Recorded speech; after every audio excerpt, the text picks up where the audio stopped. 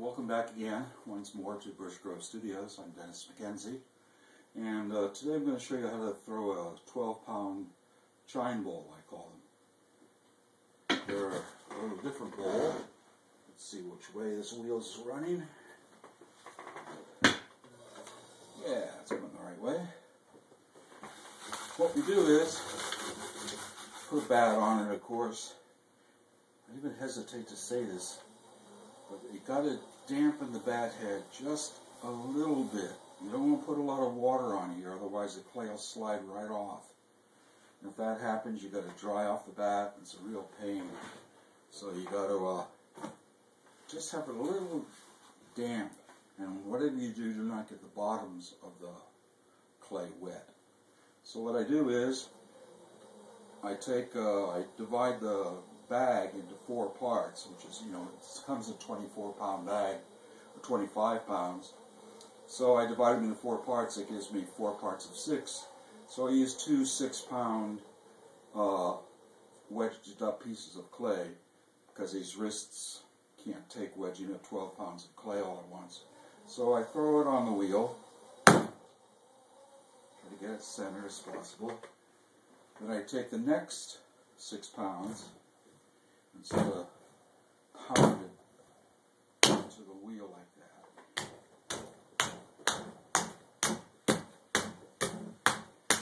So slap it down.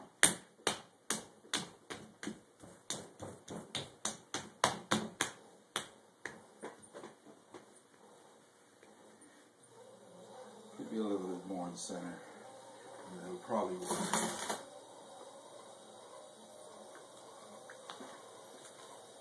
Clay wet.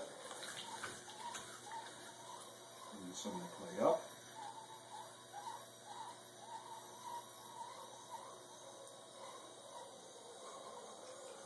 Pushing it downwards.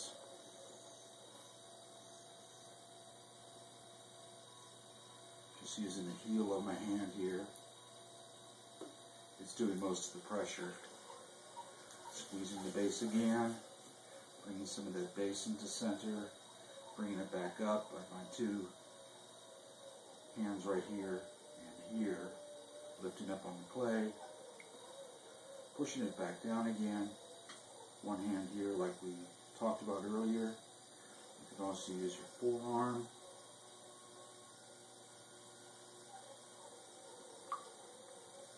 Push down.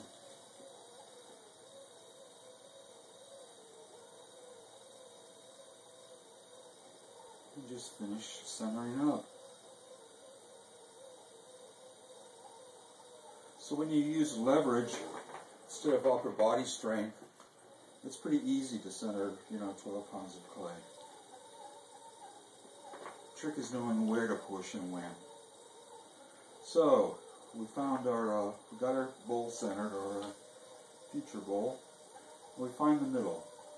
I like keeping my hands on the clay, using my finger and thumb to help me find the center and push down.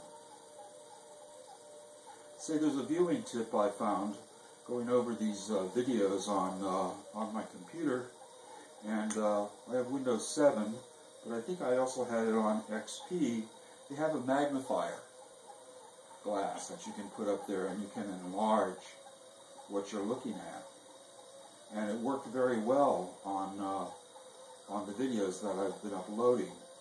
Like if you want to see a closer spot, because I don't have a zoom on this lens, and to get up and move around anyway would be a real pain.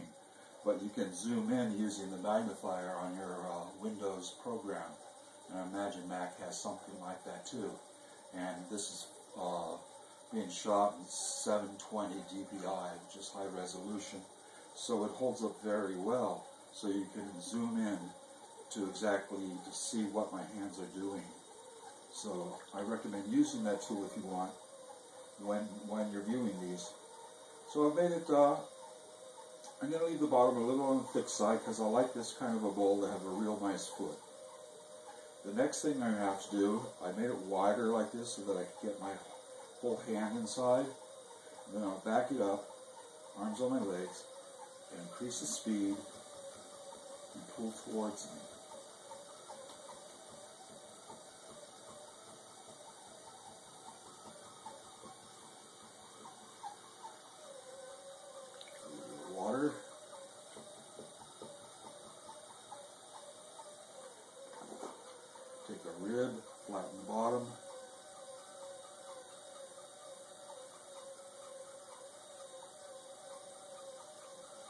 Mix it real nice.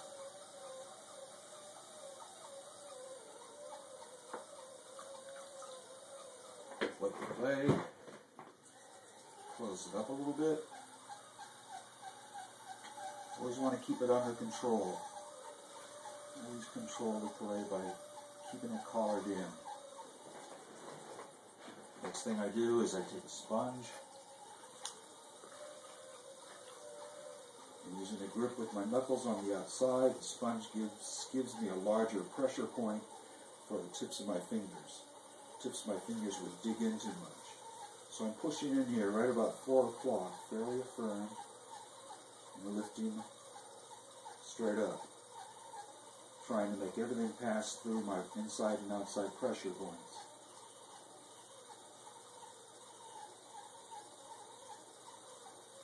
Come all the way to the top.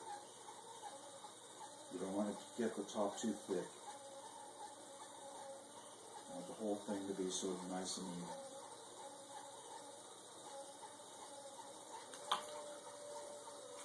At the sides. Pulling up again, coming a little farther out this time.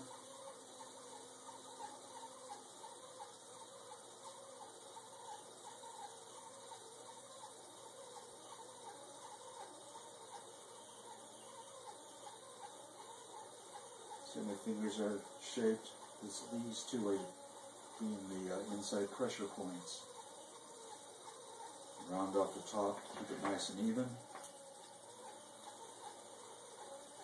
Now I'm going to start to add or push this bowl a little bit out, right down to here. And I do it at an angle. That's why I call these Chine Bowls.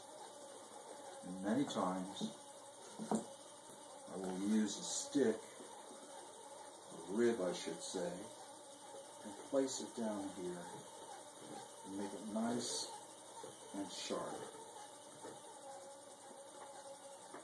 You gotta be careful with this because I'm starting to overextend my base, and the bowl potentially has the ability to collapse. And sometimes they do. Then I reach back here, bringing the clay up some more.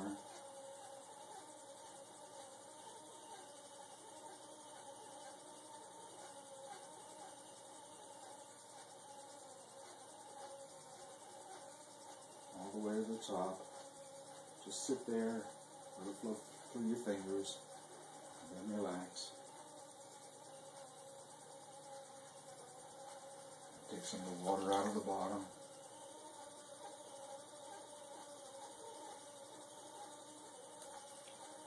At the outside. With the inside. I'm going to bring this out some more. I'm just sort of doing a shaping throw. I am throwing, but very lightly. But I'm trying to get this outwards, so really, I sort of call this a shaping throw, because when you get it to a certain thickness, when you start to expand the bowl, the clay, it will get thinner, right? So this has gotten a lot thinner. Then on the inside, I'll take a rib to make an inside chine as well. The chine is where two angles come together, and that's called a chine. They use it on a term in boats sometimes when they make plywood boats with a hull and a topside meat. That's called a chine. One gal told me also they describe tanks that way too. She was in the National Guard or something. So I make this as thin as I dare. I will trim this, of course. But right up in here, I want this to be nice and straight. So many times, I'll shape it. The rib, pushing against the rib, holding very steady. get a nice, straight, sided bowl. You can do it with your fingers, but the rib is a little bit faster.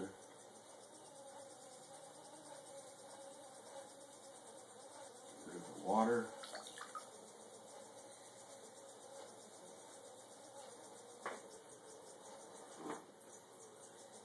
The lip is nice and thick.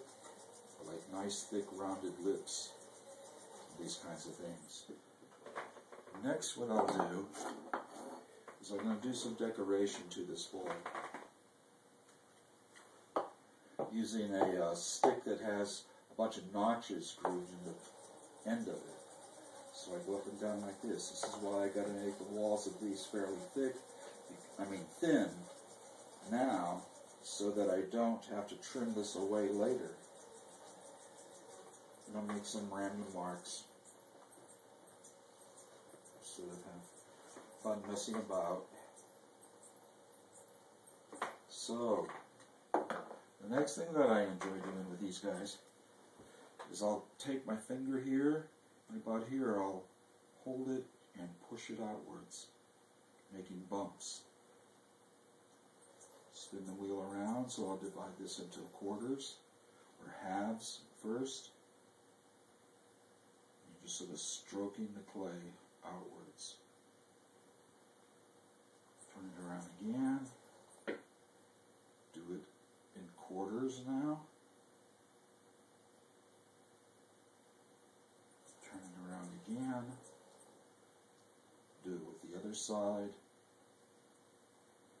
Since this is such a large bowl, maybe we can get away with, how's it looking? Yeah, I think we could do some more. So we'll divide it again. And then we'll divide it again. This is just push my finger in. My outside finger is staying like this. I don't know if you can see it.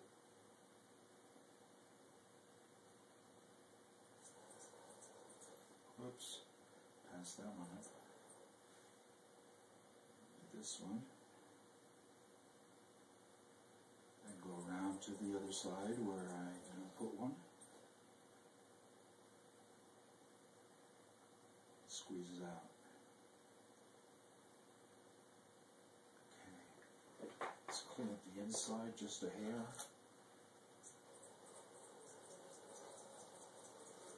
It's better to do it now than on the wheel when you trim. Usually don't trim the insides of pots. Usually just trim the outside.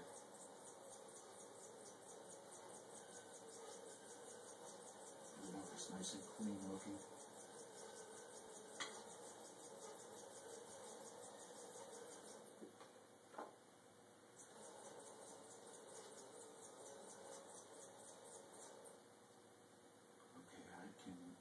Touch that up later. So if I continue to mess with it, I'm just going to make a mess. So now the final part is getting the lip wet so that it runs frictionless through my fingers inside and out. And we turn the lip out a little bit. Back here using the C-grip, holding the lip everywhere, folding the lip outwards, holding it, let it run through my fingers. That'll make a decorative mark. Now, didn't quite go all the way around. Because sometimes the rims will be in a different color, and this kind of helps accentuate them. I'll put one on the outside when it's time to trim the pot. Because if I put one out there now, I could be making a stress point where this lip could fall over and collapse. I've had that happen. So, next thing is to get it ready to be taken off the wheel. So what I like to do down here is I take my stick and make a groove, and with my finger, my other finger, I push in a little bit so that it has a sort of a notch. I don't know if you can see that or not, but it has a notch here, right here, and And so what that is handy for is grabbing a hold of the pot when it's time to trim. You have a place to hang on to it, so you can turn it upside down. And when I trim these, I trim them on a clay chuck.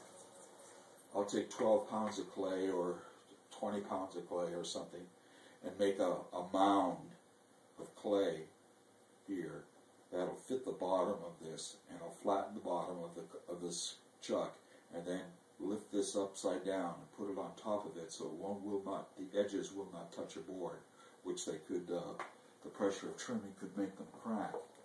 So then you just need to cut this off the wheel, and you're done.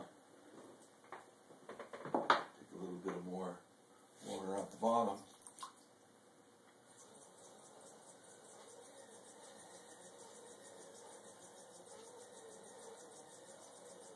And that's basically it. That's what I call the Chine Bowl. Hope you enjoyed it.